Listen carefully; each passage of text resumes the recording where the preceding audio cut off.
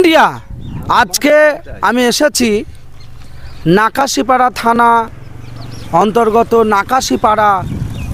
পূর্বে ব্রিটিশ আমলে যে থানা ছিল, যে নাকাশিপাড়া নামটা আজও আমাদের লিখতে হয় বিভিন্ন ঠিকানায়, সেই ব্রিটিশ আমলে পূর্বে যে নাকাশিপাড়া থানা যে জায়গাটায় ছিল, অ্যাকচুয়ালি সঠিক তথ্যটা আপনাদের সামনে আজকে আমি তুলে ধরতে এসেছি। বলছি এখানে নাকাশিপাড়া থানা ছিল শুনেছি, তো আমরা জানি যে বেথুয়া ডহরি থানা, কিন্তু নাকাশিপাড়া নামটা আজও আমাদের ঠিকানায় লিখতে হয়। সঠিক কোন জায়গাটায় নাকাশিপাড়া থানাটা ছিল? একটু এদিকে আসেন, একটু কাকা আসেন। বলছি আচ্ছা, এটা হচ্ছে থানার মাঠ। আর থানার যে বিল্ডিংটা ছিল কোন সাইডটা? ওই দিকটা, খেলার মাঠের পাশে। আচ্ছা, তার মানে ওই যে বিল্ডিংটা দেখা যাচ্ছে ওর পাশে। হ্যাঁ, ওই দিকে আরো। আচ্ছা, ওই জায়গাটা তাহলে এটা হচ্ছে থানার মাঠ। এবং যতটুকু জানেন একটু বলেন।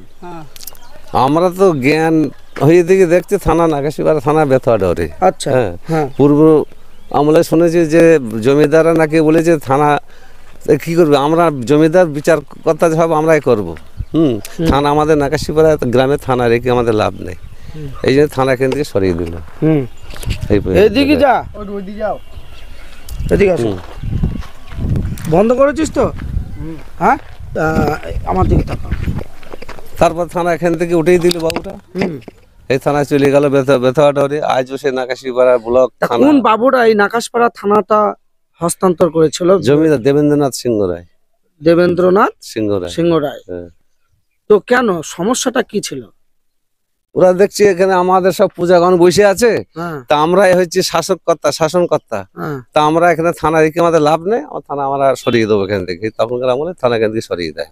আচ্ছা, তো নাকাশিপাড়া থানার কিন্তু কোনো বিল্ডিং নেই, না, বিল্ডিং এখন সব পরিষ্কার এবং টোটালটাই মাঠ হয়ে গেছে, এবং এই মাঠটা বিক্রিও হয়ে গেছে। কিন্তু আমাদের লিখতে হচ্ছে আজও নাকাশিপাড়া, কিন্তু থানা আছে বেথুয়া।